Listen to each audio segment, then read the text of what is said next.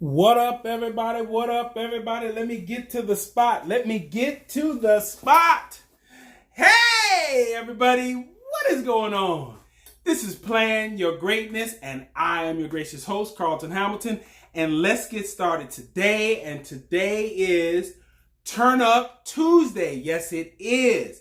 We're bringing you more motivational stuff and just sharing some of my stories. And I hope you enjoyed today's topics. All right.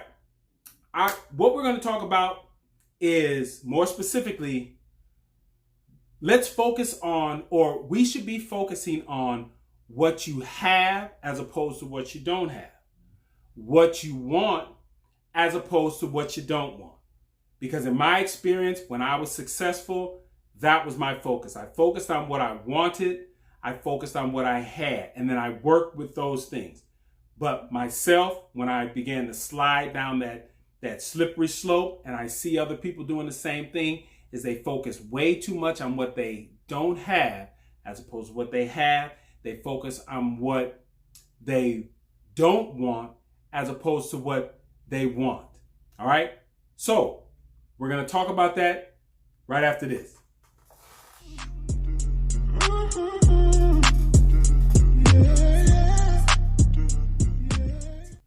All right, we are back. This is Turn Up Tuesdays on the Plan Your Greatness TV channel. All right, again, what we're going to talk about today and what I want to share is a story or two, and that is, let's be more mindful of focusing on what we have as opposed to what we don't have, and focus on what we want as opposed to what we don't want. Now, I'm going to share a little story with you. And my daughter likes this because it's in the book, shameless plug, Plan Your Greatness, Success Principles of Life, Love, and Business After Sports and Prison. See that little picture? I don't know, it's somewhere up here. Picture of the book. Okay, there'll be a link in there later on as far as when that book goes public. I'll make sure I share that with you because it's in the stages. All right, let's get back to what we're talking about. All right, so this story is in the book. I don't know, I can't remember exactly what chapter it is, but I'll probably put it up on the screen. But it's a story that I tell that when my son and daughter, we went out to eat. And if anybody on here that has kids that are coming up in age, what you want to do is feel comfortable with taking them out to a place to eat. So I was teaching them, after you go to Burger King and McDonald's, where they're just they're running amok, these places got playlands and all the other stuff. Once you now get to the point where you want to sit down at a decent restaurant, you want your kids to be able to order and interact with the waiters or waitresses. All right. So, and just as a parent side note, this is how I kind of saved money. When we would go out to eat, I didn't order any food. I let them order, and wherever we went to eat, I usually would eat off of what they would order, and so I wouldn't order any food, and I just pick off their plate. So then I didn't have to buy a meal, and even if they messed the whole thing up, I'd eat the remaining fries or chicken or whatever, or some shrimp or something like that, and save on a meal. A parent hack, financial hack. All right, so let's get back to the story. Okay, so we are at this restaurant, and I believe it was a Red Lobster. And the waitress comes out, they gives us, the basket of Cheddar Bay biscuits. Oh, man, those are addictive. Them Cheddar Bay biscuits. And they get the water and everything, and then they ask us, okay, hey, you guys ready to order? And my kid's like, yeah, we're ready. And so, of course, my son and I let Chanterelle, ladies first, go first. So she starts going down this list. She just starts attacking this list, the menu, and telling the waiter or waitress, I don't like that. That looks nasty. I don't want that. Look at that sauce. It looks like a bug is in it. I don't know. What's that in my glass? Oh my God, she is just going in.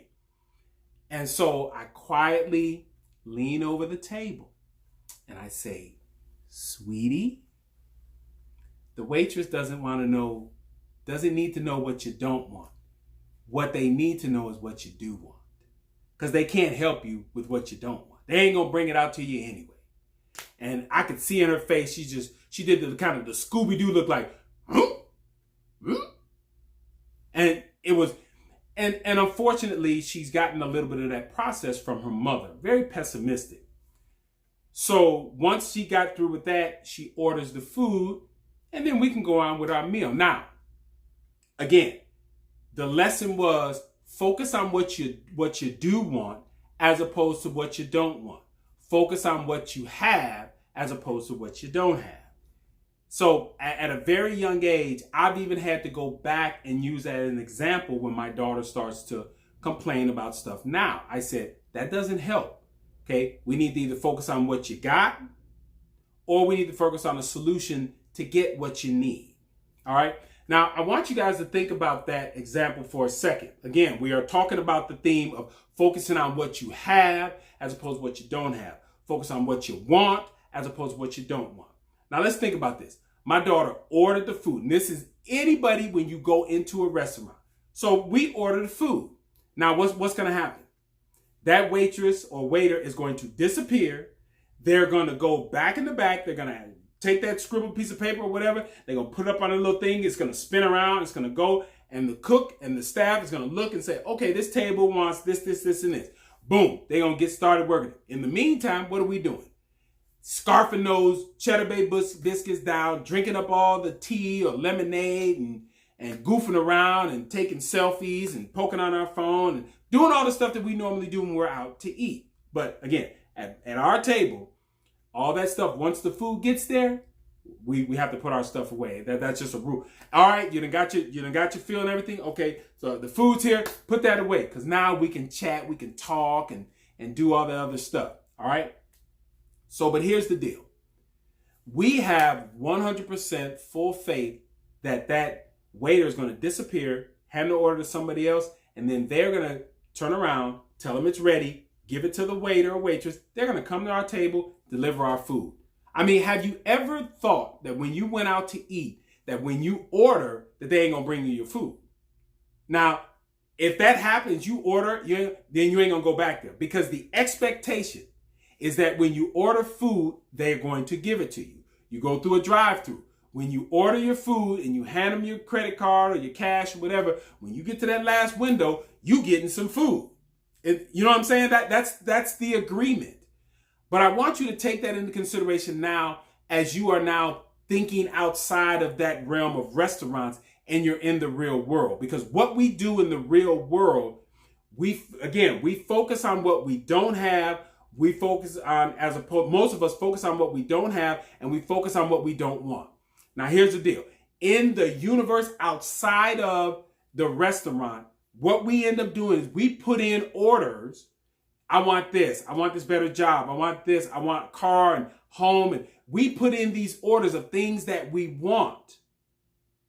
But what we fail to do is have the belief, the faith, and the anticipation that it's going to come. It's the same transaction. You go to a restaurant, you expect them to bring you food. So when you put something out there in the universe, you should full well expect that it's going to come back. Because what we do, and I've had this conversation with people, they're lying to themselves. They would rather just talk the game about the dream, but they have no faith, no belief, and no anticipation that they're going to make that thing come to a reality. It's got to be the same thing. You have to have the same sort of belief, faith, and anticipation that when you put that order out there, that it's going to come. Because what happens is what you're doing is you're focusing on what you don't have. You put an order out there into the world, but now you're focusing on what you don't have as opposed to what you're going to get, because you put a full order in. Again, so you don't have it. You go, oh, well, I don't have it. Well, you put in an order. So are you going to focus on that you don't have it yet? Because when at the restaurant, you're on your phone, you're eating this, you're chatting with people. You anticipate. You say that food is coming. So there's no, I'm anticipating it. So my focus isn't even on whether it's coming or not. It's on other stuff. So what I'm getting at is that you need to be in the same mindset that when you are putting in an order into the universe, you should be like, I'm just going to go on and go do everything that I need to be doing in anticipation of that. But I'm also, again, I know it's coming. I don't know when, where, what time, but I know it's coming. So I keep on my grind. But what we end up doing is we put an order out there and then we sabotage it because we don't even believe it's coming. So with that in mind, my call to action of you here on this Turn Up Tuesday is this. I want you to think about something like a strength of yours, something that you have, you could be grateful for. And I want you to focus on that for the next 30 days. Focus on something that you have as opposed to what you don't have. Focus on something that you want as opposed to what you don't want. Focus, focus, focus.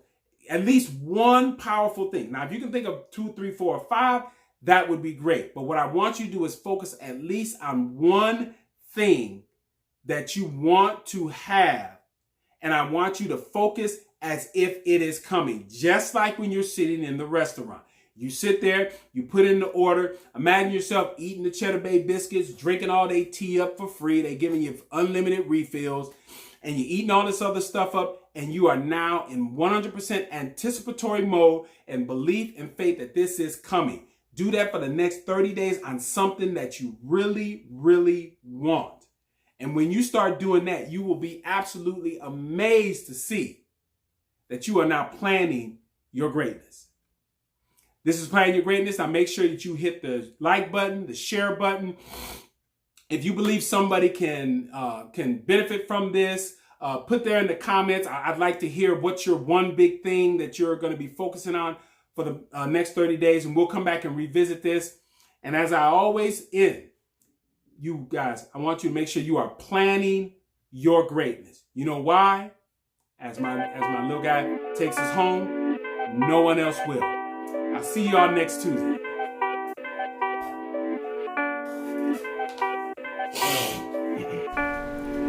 A young boy